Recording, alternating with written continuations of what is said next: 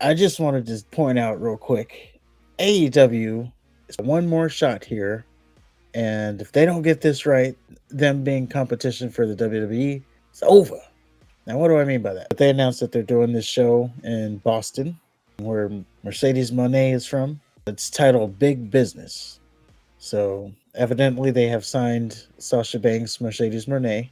There's also reports that they've signed Okada, and then they've also signed Will Ospreay.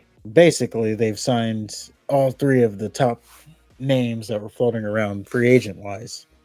Which brings me to my point. There's not another CM Punk coming around the corner. So you've signed three of the top free agents that were left. Name value wise, these were the top people that were left.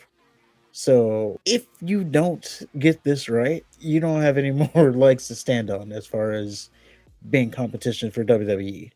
What's there to get right? Well, they have to get the booking of these three individuals right. They need story. They can't just be putting dream matches.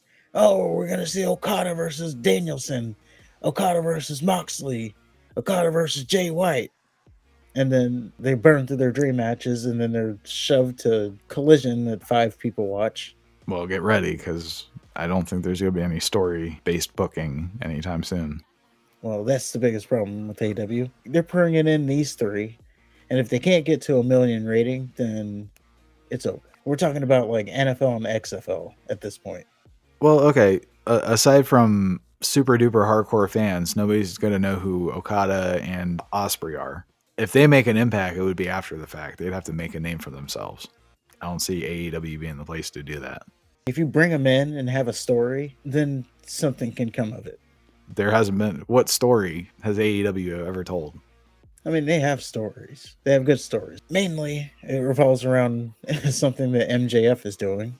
That's usually the biggest and best story that they can tell. It's probably because MJF is like doing his own story. I mean, if we really want to pinpoint it, when Cody Rhodes left, that's when everything story-wise went out the window. Oh, that's when shit started hitting the fan, yeah.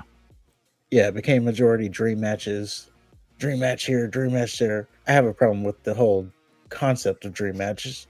We're calling it a dream match. I don't know who half of the people in the match are. Well, that's what I'm saying.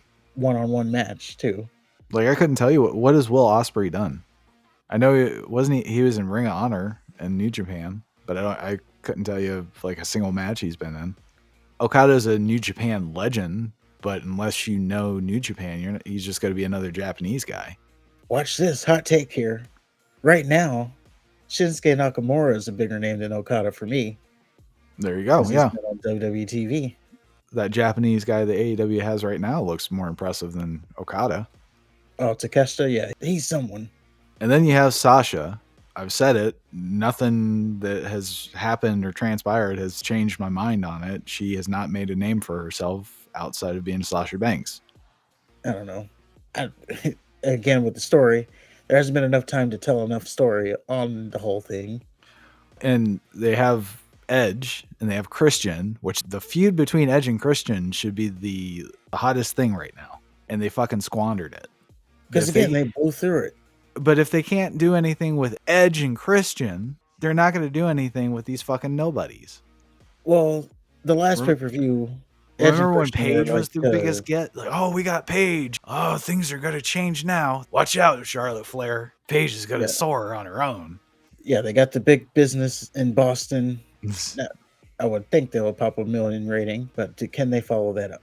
And that's why I say if they don't follow that up, and they probably won't, when the ratings start to get stagnant again, as they will, there's no other big name free agents you can special announce to pop a rating again. This is pretty much the last straw. These are the only big names out there. Everybody else that you can sign is not a big name. The names that they got aren't even that big. I mean, you can make a case for Sasha. And she was the biggest name that they got. Yeah, but again, we're still calling her Sasha. We're not calling her Mercedes. Well, she didn't really do anything. She got hurt. Would she have done something? Maybe, but she got hurt. So doubtful. I don't know.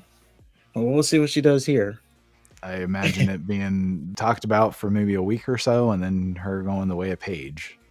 The first time Sasha wrestles Riho. Maki Ito or someone of the likes. But it was funny. She and Bailey had this thing on social media where I guess it's like 7 years or something since they won the tag titles the first time. And Bailey tagged her and said, 7 years ago. She replied and said, just wait to see what I'm going after next. And then the first comment was like, what? A TBS title on Collision in front of 1,000 people? It's like, golly, they're already starting. Yep. It's not the right move. I mean, I'm sure it's the right move for her bank account, but when she's a tree in a forest that no one hears, exactly. see if that money still matters.